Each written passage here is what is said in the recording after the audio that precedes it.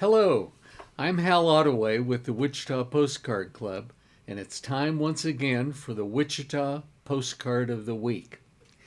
In going through my collection, I have things kind of, in categories or by buildings or by streets or by bridges and all that sort of thing. And one of my categories is multi images. And that's another way of looking at Wichita through multi images, and that means just what it says, several images of Wichita on a given postcard. And these have been published throughout the whole postcard history time, which would be probably in the early 1900s on to the present day, really. But in any case, I wanted to show this as a type of postcard, and it would be fun for maybe you to start looking for these, and or as you see them, pick them up or buy them or trade for them, and then make your own category. But it's a nice way to see several pictures of early Wichita in a multi-image postcard. Let's look at the first one. It has 6 images, and these all have to do with schools, so to speak. And there's Washington School and Kellogg School. There's the Lewis Academy, which was downtown. Fairmount College, which was today Wichita State University. There was the Mount St. Mary College, and in the center was the Mount Carmel Academy.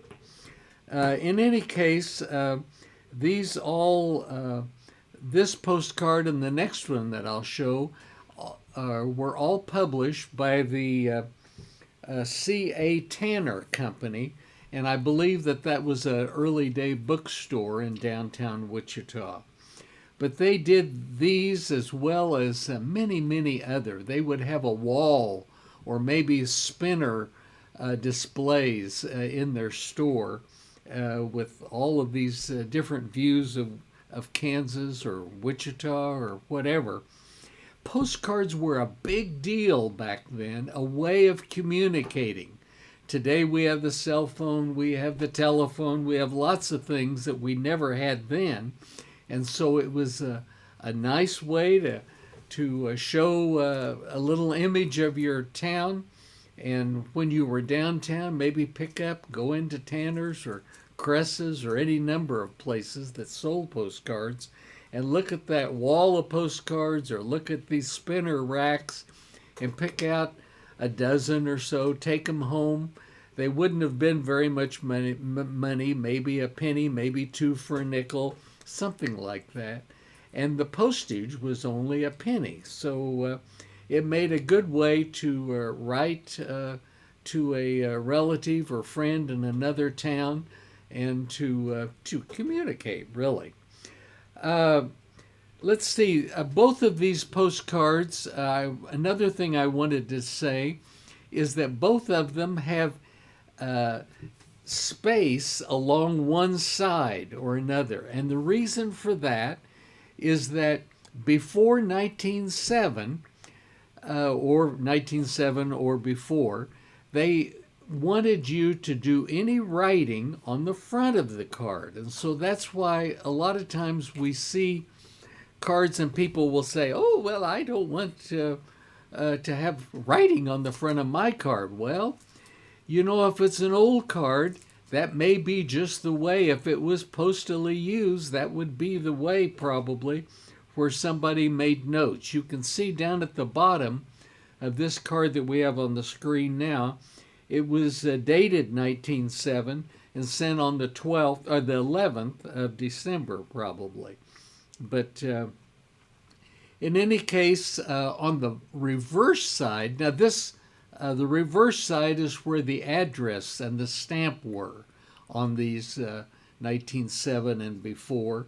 And then after that, they started really centering the image more so, and the full image was there, and then you would get to write on the reverse side, on the address side, but on the right-hand side would be your address, and the upper right would be the stamp place, and all that left half of the card became space for, excuse me, you to write a message. And so let's look at the second card I have. It shows three Wichita buildings, and the one in the upper left is the Carey House. Has nothing to do, the name Carey.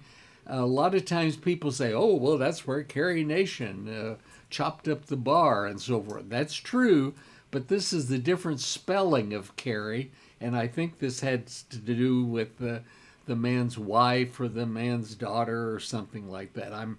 I haven't looked at my notes to refresh myself about Carey itself, but I wanted to point out that yes, this was the Carey House. Today it's called the Eaton Hotel, and it is the one building out of these three that's still standing.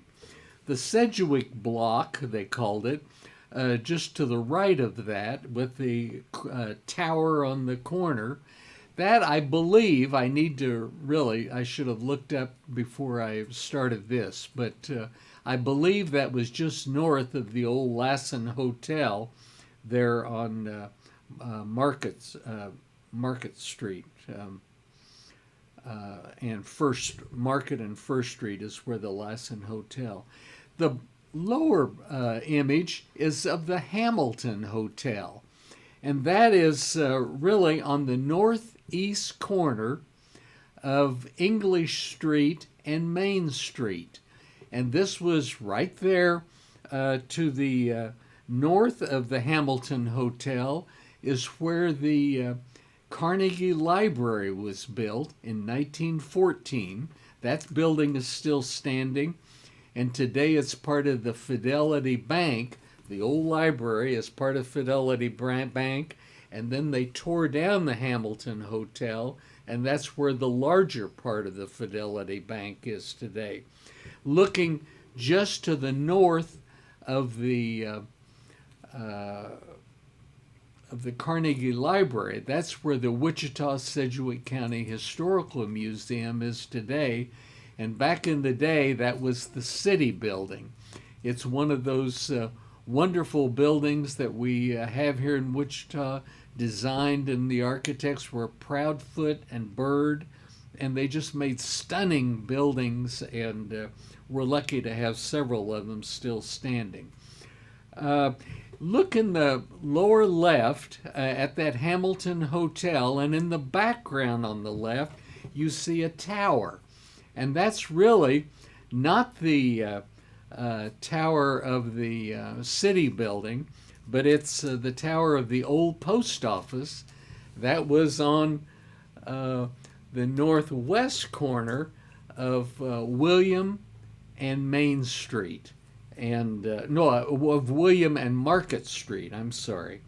And that tower, like I say, it was the post office, and it was across the street from the Eagle building where they printed the Eagle newspaper. All of that history was right downtown, and that's what they're showing on both of these postcards. They're fun to collect. On the back of these both postcards, I didn't show make a picture of that, but it's what we call an undivided back, and it's the whole back is for the address. And you can see that this one that we looked at a while ago was dated 1907 on the back, and so that's when that whole year, at some point they made these change in the postal regulations where you could do the address and your message on the reverse side of the card, and then the front was for the greeting, and they were a lot cleaner from then on as far as people saving cards and mounting them in big thick albums. And when you go to their house, there in the parlor, oftentimes there would be a postcard album that you could flip through and look through, and it's what folks did before television. I always use that as a good example. But a lot of fun to look at postcards back then, and then sometimes there would be the peeling them out. They had these little four corners where you would slide them in and hold them in place in the album. And then people would get nosy and want to read, well, who was that from? Or what did they tell you, in their message on the back. So there was a certain amount of taking the cards in and out, and all of that working led to the bending of corners, and it's what postcard collectors today would kind of frown about and wish that maybe they hadn't been so nosy and taken them in and out of the postcard albums. In any case, that's the two cards for today, and look forward to showing you something else next week. And thank you, and happy Thanksgiving. That's going to be coming up. I guess we can do that again next week too, but happy holidays, and thanks for being here today. Bye-bye.